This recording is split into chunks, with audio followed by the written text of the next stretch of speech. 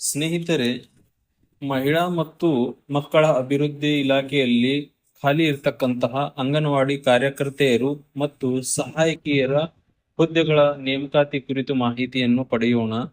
ಈ ವಿಡಿಯೋ ಮುಖಾಂತರ ನಾವು ತಿಳಿದುಕೊಳ್ಳುವಂತಹ ವಿಷಯಗಳು ಅಥವಾ ಇಂಪಾರ್ಟೆಂಟ್ ಪಾಯಿಂಟ್ಸ್ಗಳು ಏನೇನಿದಾವಪ್ಪ ಅಂದರೆ, ಖಾಲಿ ಇರತಕ್ಕಂತಹ ಹುದ್ದೆಗಳ ಸಂಖ್ಯೆ ಮತ್ತು ಖಾಲಿ ಇರತಕ್ಕಂತಹ ಜಿಲ್ಲೆಯ ಹೆಸರು, ಅದೇ ರೀತಿ ವಿದ್ಯಾರ್ಹತೆ ಮತ್ತು ಅಂಗನವಾಡಿ ವರ್ಕರ್ ಮತ್ತು ಅಂಗನವಾಡಿ ಹೆಲ್ಪರ್ ಪರ್ಟಿಕ್ಯುಲರ್ ಆಗಿ ಎಷ್ಟೆಷ್ಟು ಹುದ್ದೆಗಳು ಖಾಲಿ ಇದಾವೆ ಅವು, ಆನಂತರ ಅಂಗನವಾಡಿ ಕಾರ್ಯಕರ್ತೆಯರ ಮತ್ತು ಅಂಗನವಾಡಿ ಸಹಾಯಕಿಯರ ಹುದ್ದೆಯರ ಕುರಿತು ಮತ್ತು ವಯೋಮಿತಿಯಲ್ಲಿ ಸಡಿಲಿಕೆ, ಅಪ್ಲಿಕೇಶನ್ ಫೀ ಎಷ್ಟು, ಸೆಲೆಕ್ಷನ್ ಯಾವ ಆಧಾರದ ಮೇಲೆ ಆಗುತ್ತದೆ ಮತ್ತು ಅರ್ಜಿ ಸಲ್ಲಿಸಲು ಪ್ರಾರಂಭಿಕ ದಿನಾಂಕ, ಅರ್ಜಿ ಸಲ್ಲಿಸಲು ಕೊನೆಯ ದಿನಾಂಕ, ಈ ಎಲ್ಲಾನು ಈ ವಿಡಿಯೋ ಮುಖಾಂತರ ನಾವು ಏನೈತೆಲ್ಲ ನೋಡಲಿದ್ದೇವೆ. ಬನ್ನಿ ವಿಡಿಯೋವನ್ನು ಸ್ಟಾರ್ಟ್ ಮಾಡೋಣ.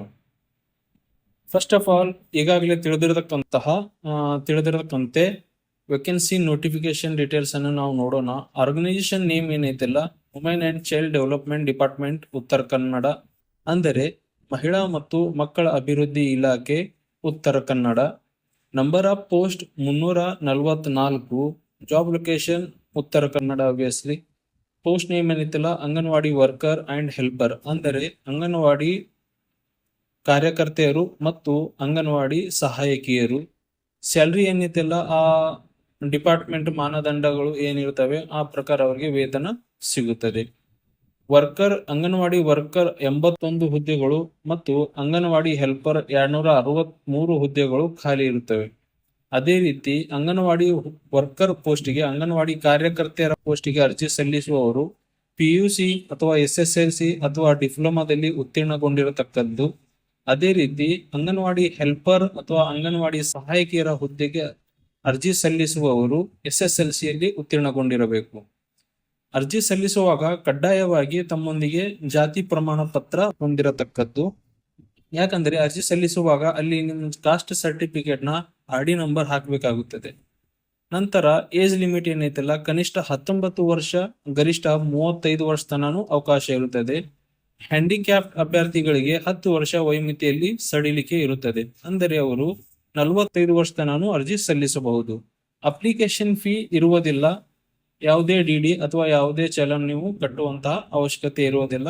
ಆನ್ಲೈನ್ ಸೆಂಟರ್ ಫೀಸ್ ಏನಿರುತ್ತಿಲ್ಲ, 100 ರೂಪಾಯಿ, ಅಥವಾ ನೀವು ಸ್ವಂತಾಗಿ ಹಾಕಂಗಿತ್ತಪ್ಪ ಅಂದ್ರೆ ಯಾವುದೇ ಫೀಸ್ ಕೂಡ, ಯಾವುದೇ 1 ರೂಪಾಯಿ ಕೂಡ ನೀವು ಖರ್ಚು ಮಾಡೋ ಅವಶ್ಯಕತೆ ಇರುವುದಿಲ್ಲ. ಇನ್ನು ಸೆಲೆಕ್ಷನ್ ಪ್ರೊಸೆಸ್ ಯಾವ ಆಧಾರ ಮೇಲೆ ಸೆಲೆಕ್ಷನ್ ಆಗುತ್ತಪ್ಪ ಅಂದ್ರೆ, ನೀವು SSLC ಅಥವಾ PUC ಅಥವಾ ಡಿಪ್ಲೊಮಾ ಯಾವುದರ ಮೇಲೆ ನೀವು ಅರ್ಜಿ ಸಲ್ಲಿಸಿರ್ತೀರೋ ಅದರಲ್ಲಿ ನೀವು ಪಡೆದಿರತಕ್ಕಂಥ ಹೈಯೆಸ್ಟ್ ನಂಬರ್ ಆಫ್ ಮಾರ್ಕ್ಸ್, ಯಾರ್ದು ಪರ್ಸೆಂಟೇಜ್ ಅತಿ ಹೆಚ್ಚಿರ್ತದೋ ಅಂತವ್ರನ್ನು ಆಯ್ಕೆ ಮಾಡುತ್ತಾರೆ. ಆ ನಂತರ ಅವರಿಗೆ ಇಂಟರ್ವ್ಯೂ ಕರೀತಾರೆ. ಇಂಟರ್ವ್ಯೂದಲ್ಲಿ ಅವರು ಉತ್ತೀರ್ಣರಾಗಬೇಕು. ನಂತರ ಅರ್ಜಿ ಸಲ್ಲಿಸಲು ಪ್ರಾರಂಭಿಕ ದಿನಾಂಕ 12/7/2024 ಇದ್ದು, ಅರ್ಜಿ ಸಲ್ಲಿಸಲು ಕೊನೆಯ ದಿನಾಂಕ 12/8/2024 ಇರುತ್ತದೆ. ಸ್ನೇಹಿತರೆ, ಈ ವಿಡಿಯೋದಲ್ಲಿ ಇಷ್ಟೇ. ಮತ್ತೆ ಸಿಗೋಣ ಮುಂದಿನ ವಿಡಿಯೋದಲ್ಲಿ. Thank you.